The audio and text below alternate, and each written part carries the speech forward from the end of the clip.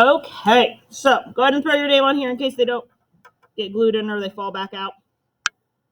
We today are looking at the greatest common factor of a polynomial. Greatest common factor, we're just going to abbreviate to GCF because we are not writing that out 1,000 times. The GCF is the largest monomial that each term in a polynomial can be divided by. So it's the largest thing that everything can be divided by. It's going to have two parts. Well, it's not going to have two parts. It might have two parts. You might have one, the other, or both. So the coefficient would be the biggest number you can divide all of the coefficients by evenly. So the coefficient is the number part. So that's just us saying what's the biggest number you can divide everybody by. And then the variable in exponents will be how many x's you can take out.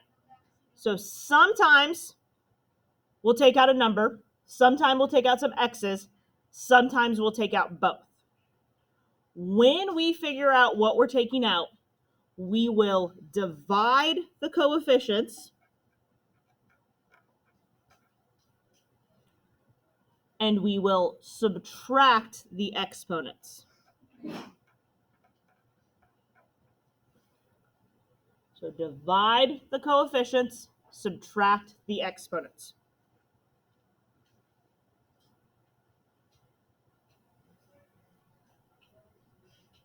Factoring out the greatest common factor is the exact opposite thing of multiplying when we took and we multiplied a monomial in and distributed it in. It is the exact same thing, but opposite. Grab a 5.3 note sheet and show you what I'm talking about.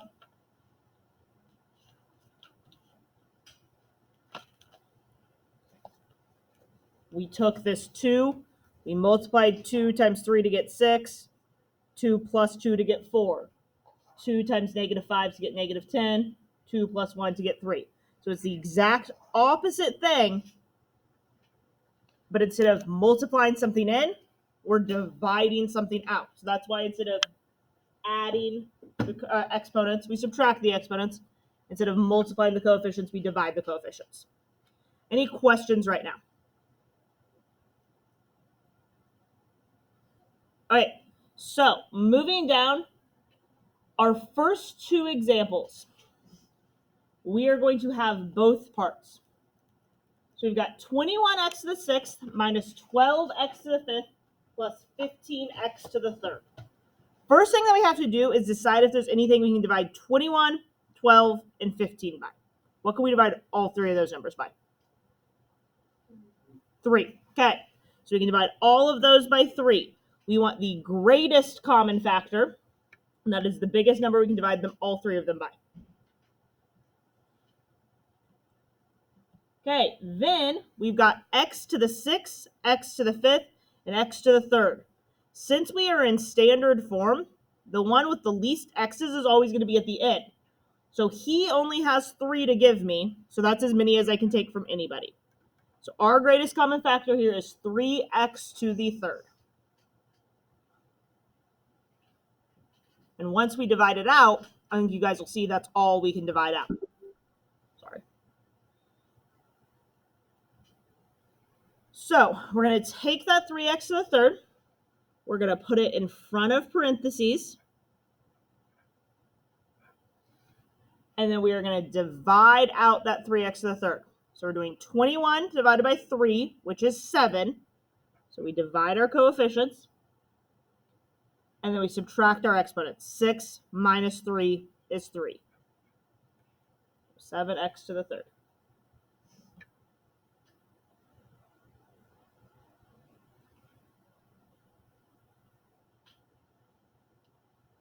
Okay, negative 12 divided by 3 is negative 4.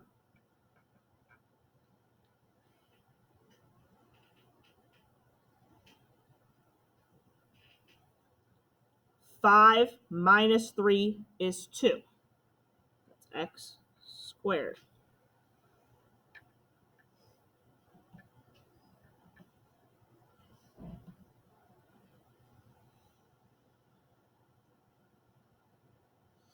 And the last one, 15 divided by 3 is 5.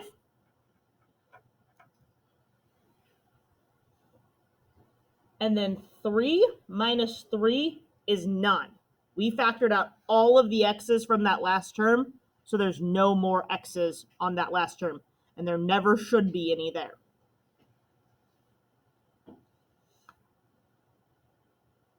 All right, any questions on that first one?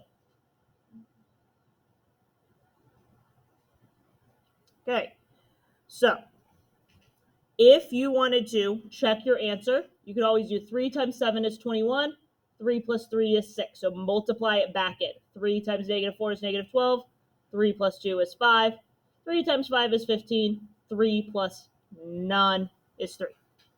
Okay, so just wanted to show you everything on that one. Let's get through these other three. Next one, 6x to the fifth minus 18x squared plus 6x to the first. Put on that exponent if it's going to help you. What is the biggest thing we can divide 6, 18, and 6 by? 6. We can divide those all by 6. We can divide those all by 3. We can divide those all by 2. But since we want the greatest common factor, we need to divide them all by 6. Then the last one is the one with the least number of x's. We can only take out x to the first. So 6x to the first is my GCF. And that'll go in front of parentheses in my factored form.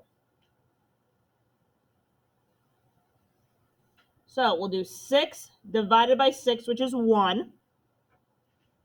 5 minus 1 is 4. So I got 1x to the fourth.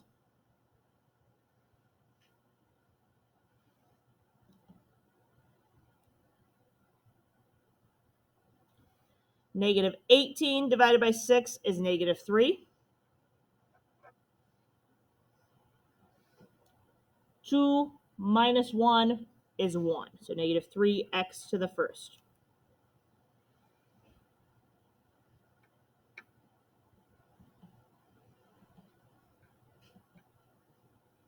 Okay, and then this last one, 6 divided by 6 is 1.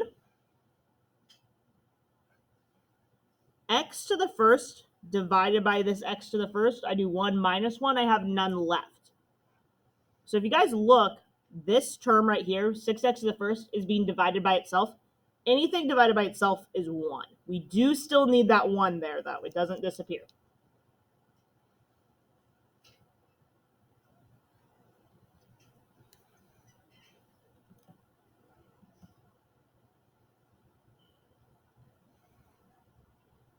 Okay, so both of these had x's and numbers we could pull out. The last two on here I chose because they don't.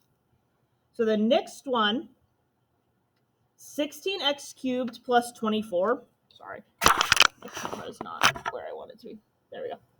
16x cubed plus 24. What can we divide 16 and 24 both by? 8. Good job. Okay. Then how many x's can the guy with the least x's give me? None. He does not have any x's to give me. So all I can divide out of this one is 8. My greatest common factor is just that 8. So 16 divided by 8 is 2. Still have my x cubed. 24 divided by 8 is 3.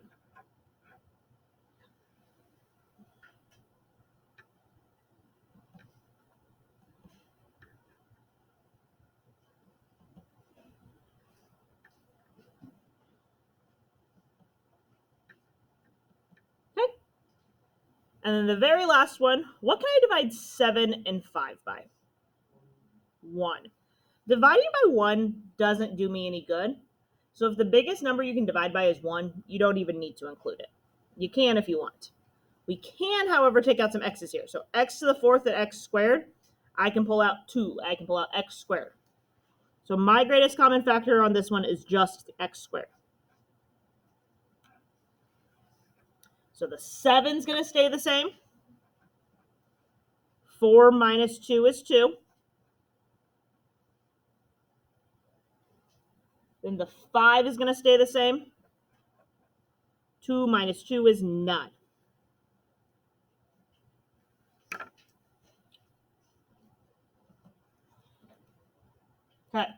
Any questions right now? I would like to point out a few patterns that you guys can look for while doing your assignment to know that you're on the right track. The first pattern I would like to point out, look at the last term here. So +5, +1, +3, +5. It's a coincidence they're all plus, so don't say that. What do all of those numbers have in common? They don't have any x's because we took out all of the x's the last guy had, whether it was none, 1, 2, 3, 4, 5, 6, 12. However many x's the last guy has is what we're going to take out. The other thing that I want you to notice is if there's 1, 2, 3 terms here, there's 1, 2, 3 terms in parentheses. 1, 2 here, 1, 2 here. So however many terms you start with should be however many terms end up in the parentheses. And then I didn't even mention it. The plus and minus signs all stay the same. We're only going to ever be dividing by a positive number when we pull out our greatest common factor. So your plus and minus signs will stay the same. Okay, I think those are all the things I needed to tell you. I'll probably forget or think of something else. That's what you guys get for being the first hour of the day. Sorry. Okay, I'm going to stop this recording.